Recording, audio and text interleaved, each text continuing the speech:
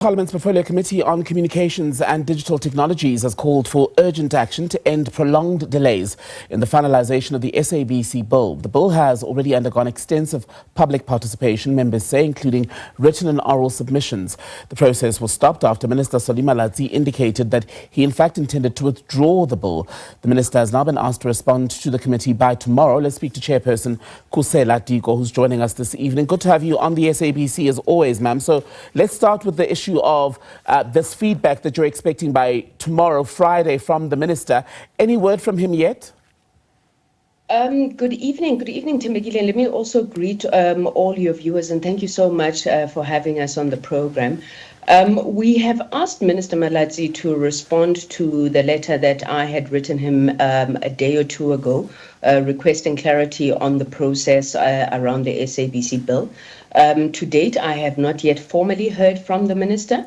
I did get an informal indication that he would be responding and that he has got some progress of one kind or another to report. And how far, by your assessment, I know you're waiting for a response from the minister, how far have we moved in this process? Because it felt for a couple of months, especially towards late 2024 to early this year, that we were sort of dancing around the same spot. It concerns me to say that I don't think we have moved at all. I think you'll remember in November of last year, 2024, when the minister indicated his intention to withdraw the SABC bill. Some of the commitments he had made at that point in time is that he would not need longer than 3 months to come back to Parliament with a revised bill. Obviously, we were skeptical because we understand how the lawmaking process works, and there's no way that he could give us a new bill within 3 months.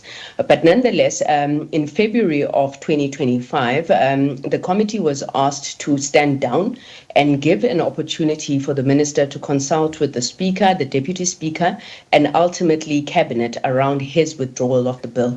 I do want to make it clear that the bill remains in Parliament. It has not yet withdrawn. And this was because of the procedural issues that were raised by government when the minister wanted to unilaterally withdraw with the bill. Now, what concerns us is that the understanding that we were given was that the minister was expected to submit a memo in Cabinet explaining his reasons why he thinks it's necessary to withdraw that bill. To date, as far as we know, that memo has not yet been submitted to Cabinet, which means that Cabinet has not even considered the issue of withdrawal of the bill. And this is the clarity that we were seeking from the minister in terms of how far those consultations with Cabinet are. I do want to say, Timmy, that we cannot absolutely be fiddling while Rome burns. When we raised this matter in November of last year, and again in February, we said that withdrawing this bill would sound a death knell to the SABC. And at that time, we were thought to be alarmist, but I do think that the facts speak for themselves. We are 6 months down the line. That bill is stalled in Parliament, and the SABC is even in a worse situation than it was towards the end of last year and beginning of this year. On that point, I would imagine you might have seen today a report out in the last 24 hours or so suggesting that the conversations between Minister Malatsi, or the intent at least to have those conversations with Cabinet, is still something that remains on the cards. You also said you can't be fiddling as a committee while Rome burns, in reference to the SABC situation currently. If Rome is burning, how far are we from total destruction by your assessment?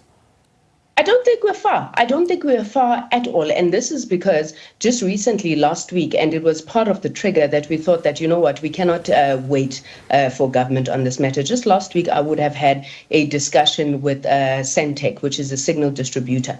Now, they are one of the many service providers that the SABC is unable to pay. So the SABC, in the ordinary course of business, is unable to fill its obligations to its debtors. I know that popular shows, for example, like Mubango, Generations, and so forth, you're having to pay. You're having to take from Peter to pay Paul because you do not have those funds. And I do want to explain the point that people think that the SABC gets a lot of money from government. It doesn't. You're running a multi-billion rand corporation, and you're only receiving at this point in time about 193 million rand from the fiscus, which is nothing. It's a drop in the ocean when we expect the SABC to fulfill its public mandate. which spans across 19 radio stations, more than 6 television stations, and there's no money. You are competing in a competitive environment. There's been people who have said, but the SABC used to be profitable. Yes, the times were different. You were not having the declining advertising revenues that the SABC has today. You were not having competition from on-demand video streaming services, the likes of Netflix. You were not having a TV license regime that has failed where people are not paying their TV licenses. So a direct answer to your question is, I don't think the SABC is going to last beyond December of this year. And this is because Centec is bleeding 70 million rand of its own revenues to keep the SABC afloat. Right. Now, the SABC at one point was able to pay about 50 million rand of that, but you're no longer able to service your current accounts. And I think we are ringing the alarm once again to say that if we continue in this matter, it is clearly reckless trading, in my opinion, and I think government needs to step in. And one of the issues that have come up right in this process of the bill has to do with that, coming up with a sustainable funding model for the SABC. You say what SABC gets, for example, from the government is a drop in the ocean. Should it be getting more money from government? If so, how much? And ultimately, given your expectation that by December the worst case scenario might come true, would there be any process now that could come via the office of the minister that would prevent, let's say, day zero scenario? You know, I hate these things of day zeros and as if, people are being alarmist for no reason. I think we are really facing an existential threat. And this is because, as I indicated earlier, that we are just simply not funding the public mandate. So when you are saying, should the SABC be getting money from the fiscus? Absolutely, definitely, yes. Because if you look around the world, most public broadcasters are funded from the fiscus. Now, why this SABC bill is important is that in it contains a clause that says that the minister within 3 years will finalize a funding model.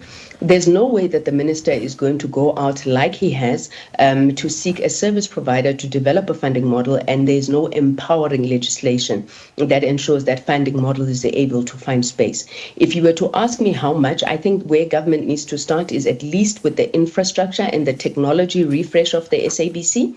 I was there yesterday. It's horrible. Your escalators are not working. The lifts, you get into the lift and you're worried if this lift is going to work. The studios are falling apart.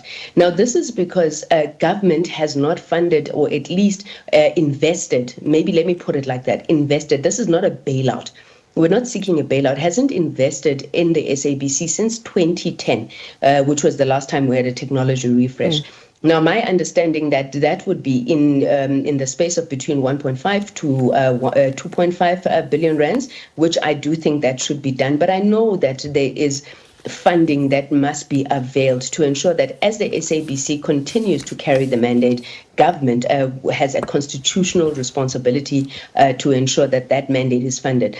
None of the other broadcasters are expected to do what the SABC does. Well, the escalators, I'll tell you for free that I've certainly got my 10,000 steps in since I've been here. But for now, thank you very much, Kusela Diko, the chairperson of Parliament's Portfolio Committee on Communications, expecting to hear from Minister Solly Malatsi tomorrow about the way forward regarding the SABC bill.